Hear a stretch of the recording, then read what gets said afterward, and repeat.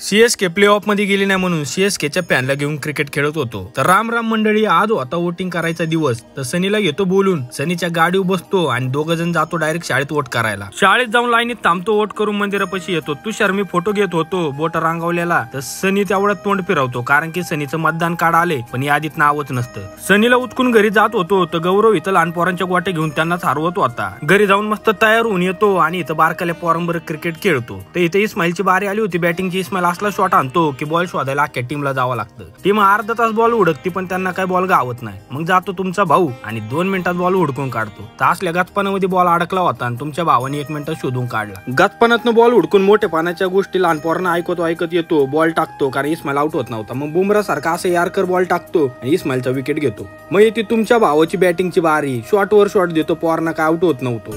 मग last out झाल्यावर पोरं बघा कसली खुश होत्यात.